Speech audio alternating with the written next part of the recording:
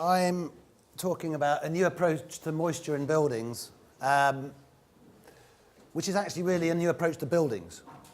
So the issue of moisture is a great way of entering into a whole different way of thinking about buildings and understanding them, which, as I will explain, raises some of the issues that I also raised earlier in my talk.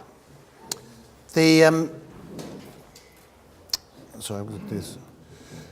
Yeah, I'll just start with two simple questions. Some of the stuff I've got quite a lot of slides, so I'm going to flip through them quite quickly. And people want to question me about them later, then please come and talk to me. But this is just simply putting it down, stating the obvious. Why is it that moisture is important in building? Well, the first thing is that 70 to 80% of problems in building, according to certain assessments, and this is not just one assessment, it's lots of assessments, are moisture related. And they're related to health impacts, they're related to fabric damage, loss of value, and they also are important because we don't really understand them. So the interactions between different parts of the building, between people in the building, between the weather, the context in the building, are all very significant factors, and there's a lot of uncertainty there, complexity, and conflicting values, because energy efficiency and health and fabric durability may not always come to some perfect solution, and they're certainly going to be different in different places. So the opportunities that it arises by focusing on moisture is to actually start bringing this whole building approach, which I think is essential for successful retrofit, to bring this to the fore.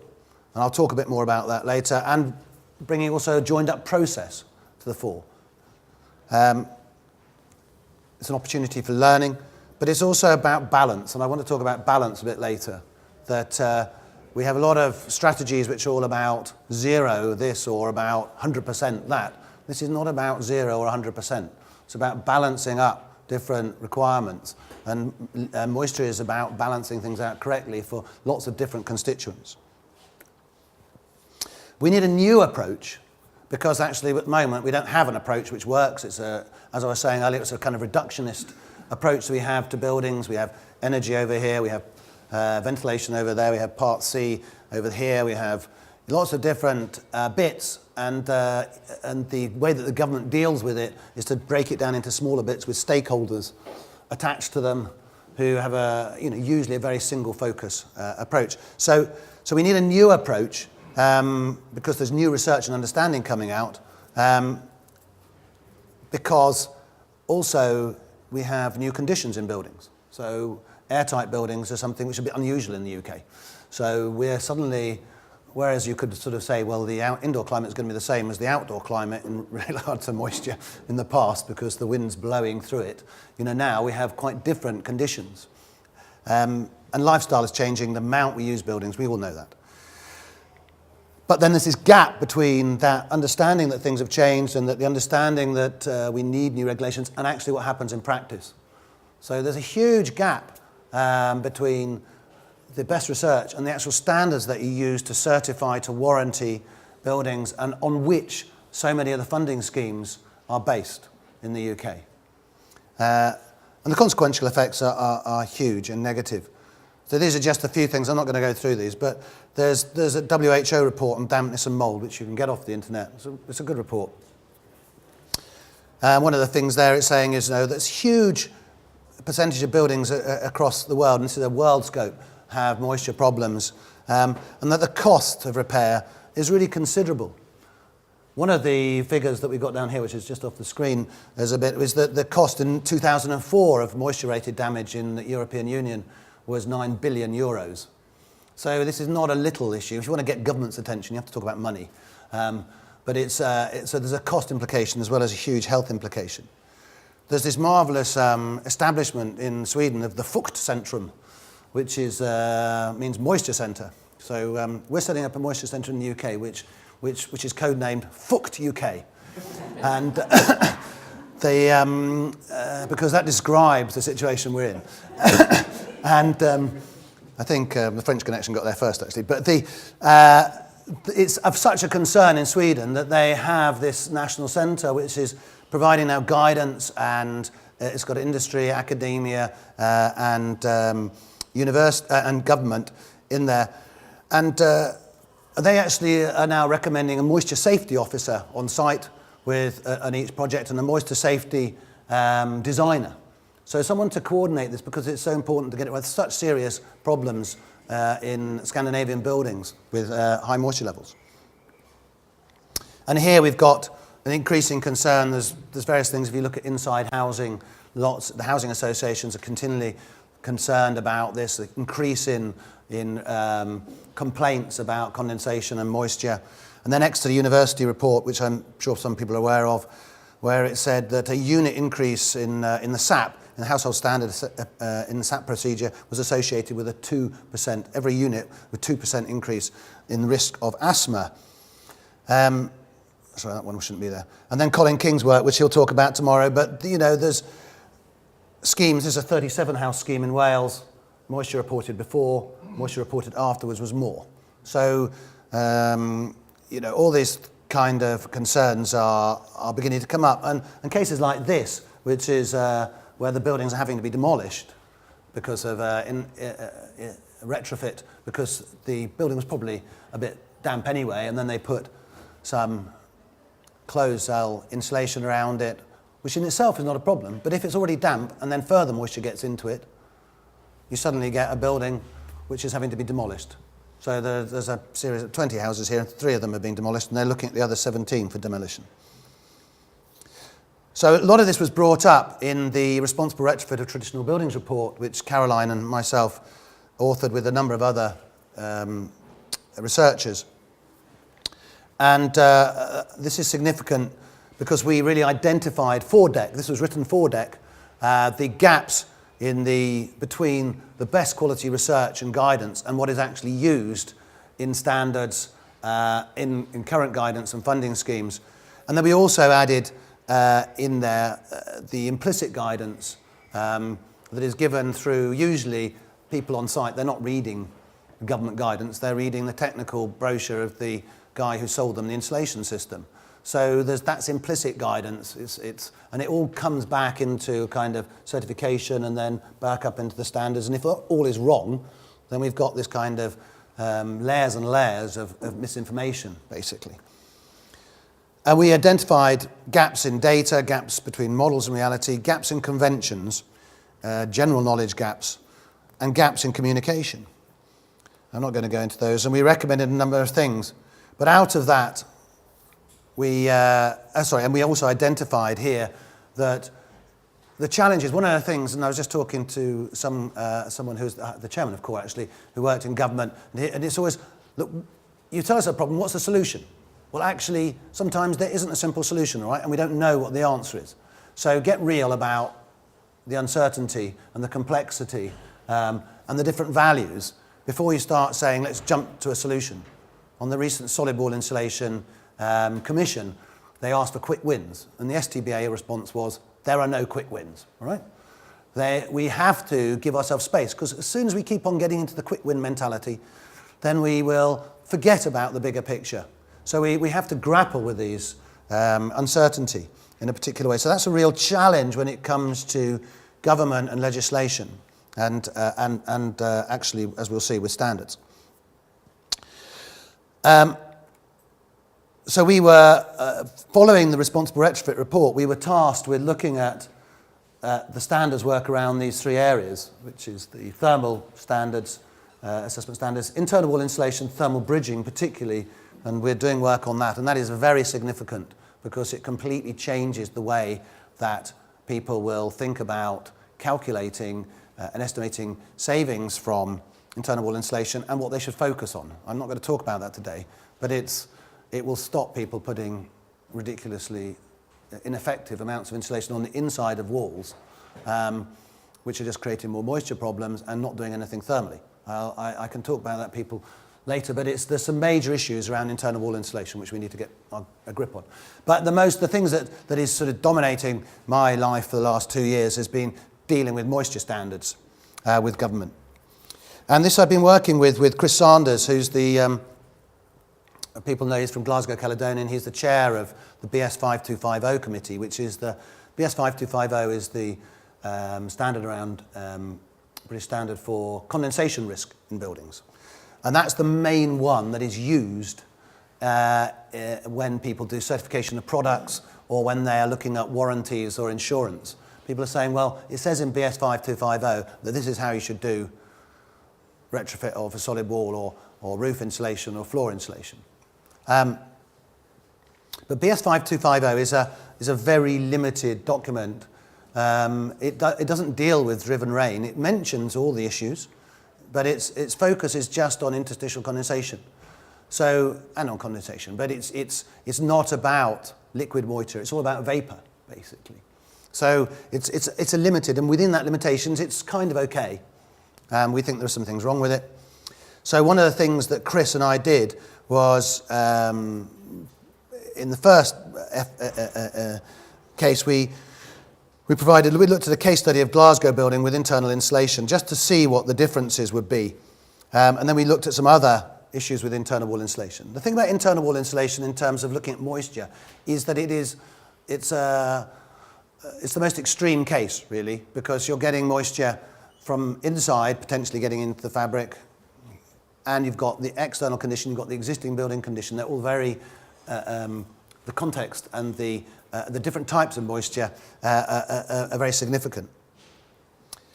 So we compared, I think are people aware of the BS 5250 and then the standard EN 13788, which is called Glazer. How many people are aware of these different standards? Most people, that's good. I don't want to spend too long on this. But basically, you've got one method of assessing which is used in BS 5250 and which is the basis for nearly all the advice, prescriptive advice about different elements. And then you've got another standard, which is a European standard as well, which is not really used. And these things are not integrated. So BS 5250 does refer a little bit now to EN 15026, but not really, because they were developed separately and they're quite different methodologies. And if you're building a shed with metal cladding on the outside, then EN 13788 is fine. But if you're building a building which gets wet and dry in lots of different climates, and it's a dynamic process, and it matters which way the building faces, then EN 13788 doesn't deal with it at all. So you're just not dealing with it. And you can see this in if you look at how you compare the advice in BS 5250 about internal wall insulation with what happens if you model it dynamically. So in the BS 5250, it says, for all internal wall insulation, you must have a vapor barrier. That's it. So then you model a particular wall. I mean, there's loads of modeling, but it's just, whether the modeling is correct or not, it shows that with a VCL, the moisture, this is the moisture levels at the interface of the wall and the insulation, continues to rise, but with no VCL, it remains very stable. So the advice, according to this modelling, is quite incorrect. It's much better not to have a VCL in that situation than to have one. So this was just the point we were making. And we were making the point which Bill picked up, so I don't have to worry about these, which is that different places, you have different kinds of moisture and different levels, and that south and north are different as well. It's good you did that. So we just saved ourselves 2 minutes. And also, the BS 5250 is all about building fabric. It's not about human health. So all the relationship between, it doesn't mention it again, but when you get to the prescriptive guidance, it's all about the building elements. It doesn't put them together. It doesn't look at the internal condition in a building. It's a reductive approach, which doesn't either take into account the whole building or the people in it. So these issues of black mold and dust mites and so on, which are really major issues for health in buildings, are not considered.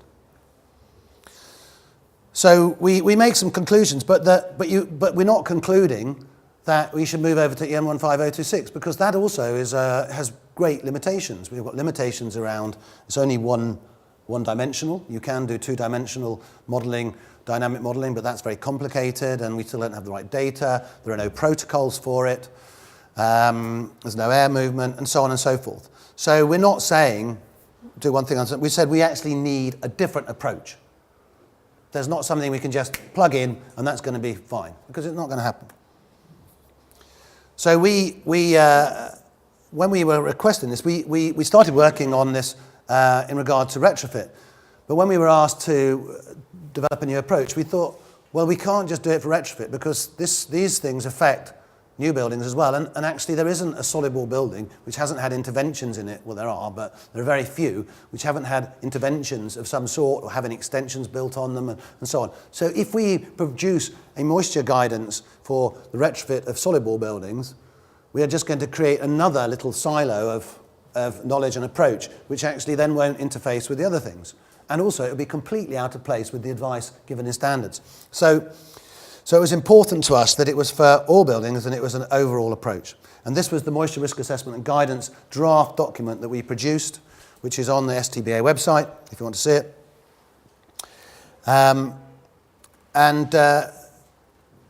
It's based on these key points as we've talked about. So it's trying to deal with the interconnections and the uncertainty and the complexity, and it's trying to deal with health as well as fabric. And it's a change from old buildings. Yeah, I've already had that one. Quickly, in terms of water properties, it's quite obvious that water can exist as a solid, i.e. ice, as a liquid, like water, and as vapor. But vapor isn't steam. Doesn't happen at 100%. Sorry, at 100 degrees centigrade. No, at whatever it is, yes. Boiling point. I'm getting confused with my numbers. It's happening all the time. Vapor is being produced at lots of different levels. And there are lots of mechanisms that deal with this. And we're just saying, look, let's get them on the table. So that if we're having a scoping document, we don't just deal with this bit or that bit. We have to get these things down on the table. But once we do that, then we have the complexity of the interactions to deal with. And Matt's going to talk about that one. And the other thing that was very important, so this is leading towards the whole house approach, is that most failures in buildings don't happen in the plain elements of the buildings. They don't happen in this bit of wall, this bit of floor. They happen between them, at the junctions between things. And in the famous case in North America, where the big insurance company went bust because of timber frame buildings which were insulated on the outside, and then with timber frame buildings, and then water got in and it took down the biggest insurance company. When they looked at where the problems were, 95% of them were at interfaces. So if we have a moisture guidance at the moment which doesn't deal with the interfaces, what we call the connected bits, then we're obviously missing a pretty major part of the picture. Now there are accredited design details and so on which are starting to deal with this, but again they're not integrated. But the other thing is systemic effects. So once you make the building into a single element which is protected from the outside because it's airtight and it's thermally sort of coherent in some ways, then you start getting systemic effects. So you affect one part of the structure and the relative humidity goes up, and then you start getting mold on cold water pipes, or you start finding there's a problem somewhere else. And the most obvious place is at reveals around windows, which is not just a thermal issue, but it's a moisture issue. So if you make a building airtight, and you may create a thermal problem here, but the thermal problem is going to be even worse if the building's airtight and the ventilation system's not working, you have high levels of relative humidity. So those things all interact at this point. And we found that if you just look at single elements, so this is some work which is done by Marcello Usci at UCL about airtightness and the relation to dust mites populations, just by increasing airtightness in a base case house. So they did this as partly modelling, partly as a test and partly as a lab. And this is all speculative. But the research found that if you decrease the air permeability from 10 metres cubed per metre square per hour in this particular model and building to 3 metres cubed per metre square per hour, then the dust mites in a particular part in the bed went up by 2,500 times. So, you can't just do air tightness or just do thermal insulation or just do ventilation, actually. You need to think about the things as a whole. That systemic effects are very significant. And the other major issue that we brought up was, look, nearly everything that we're dealing with is as designed and theoretical. We have to take into account the as-built in-service conditions. That's particularly important for retrofit because you don't come to a building which is perfectly good condition and completely dry and has no building faults. So you're already starting with that condition. And then if you don't also think about whether that mastic joint around the window 5 stories up is going to last more than a few years and what will happen after that, then you also can create further problems. So we have to think of the as-built in-service conditions as well. So we want to change the focus, and as-built in-service means you have to think about the building use, rather than this idea of the building as separate from people or from the way that we use buildings in different places and different contexts. So this is just an example of a detail in a BBA certificate of an installation system, and then what actually is on site and how it's applied, because this doesn't bear any relation to that. You're not going to... This illustrates 2 problems. One is that the certifications need to bear into account reality, but also it indicates that actually you will never have enough details in the certification to deal with this. So unless we move towards understanding of the principles, we're not going to be able to solve these problems. So at the end of this, we said, look, there are 3 types of assessment and guidance that are available. There's prescriptive guidance, which is in BS 5250, not everywhere, but it says, and some of it's quite good. It says, in roof spaces, make sure you've got ventilation, cold roofs, make sure you've got ventilation at the eaves and put your head through the loft hatch every 2 or 3 years to check with no problems. We're not doing calculations, we don't need to, because we've seen this for 30 years and we can look at it. Then you've got modelling, where there's uncertainty in regard to the experience. And there's 2 types of modelling. There's standardised modelling, which is in the regulation. There's non-standardised assessment. So there's lots of other ways of modelling, but who's saying that's right? Have you used it correctly? There's all these questions about protocols and use. And then there's principles-based assessment, where there's uncertainty in regard to experience and data and the parameters. And actually, that's where we are for most things.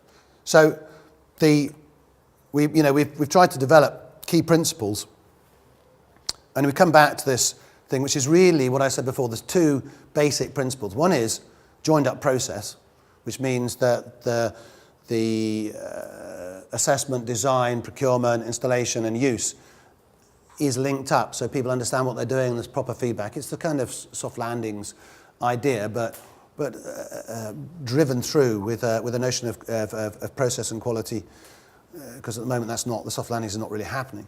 And then the other thing is the whole house approach, which is fabrics, services and people integrated with context. So you need a coherence approach between these things, between the different elements, but you need to put it in the context of where you are. Because if you don't do that, you are not going to be able to see what is important and what's not important. And then there's 2 other principles, which are capacity and caution, because they're dealing with the uncertainty and the complexity. So there's no point having, as we have in the most of the funding, people saying, well, we can do that solid wall insulation, mate, for £6,000, when actually, it requires 12 grand. Not only does it require 12 grand because you have to do the plinth and the roof detail correctly, and you possibly have to put a ventilation system in, but you're quite likely to find things on site which you didn't expect. And if you don't have that capacity, then you're just going to cut the corner and cover it up. So but this starts to question then our whole financial models and the way that we think about funding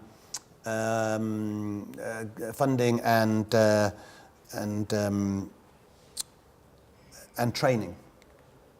So these are the context. That breaks down these. That's what we mean by context. This is what we mean by coherence, capacity, and caution. And you can see this. And we do distinguish actually between moisture closed and moisture open systems, because actually in a lot of situations you're working with 2 completely different ways of thinking about the way that moisture works in a building. And both can work, but you have to be aware that there are different systems, and if you put one next to the other, on the same building or a junction, then you're likely to get some big interface problems. So when we end up with the tables, so we have tables, which goes back to this reductive approach, because that's the only way that people work, because they say, well, what we're going to do for the floor. But then we're trying to look at, say, we divide it into moisture closed and moisture open, and then we look at the as-designed theoretical, the as-built in service, and then what are you doing about the connective and the systemic effects? This isn't perfect the way, but it's trying to work from the detail back into this whole picture. So I've got about 5 minutes left, I think. So I was going to just say what's happened next. So we've proposed this thing to government. And when the consultation came out, I didn't get a lot of fantastically sort of enthusiastic feedback from most of the industry.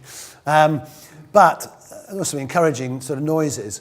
But we've taken on board a lot of that consultation feedback and actually had a lot of meetings with industry now. And there was a lot of politicking going on, also with DCLG and various other people. And eventually we've ended up with a moisture advisory group to say where this goes forward. And it includes people like BRAC, the Buildings Regulations Advisory Council, SWIGA, who are the solid wall insulation guarantee people, the BBA, REBA, CPA, all these acronyms.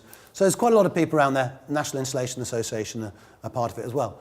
And I went to the first meeting of this thinking there's going to be blood, on the floor. So I was well sort of rehearsed with my facts. But actually everyone said, yeah, there's a real problem. There's a real problem. And people are now, as I said in my talk earlier, they want to do something about this issue because the risks and the liabilities are so great.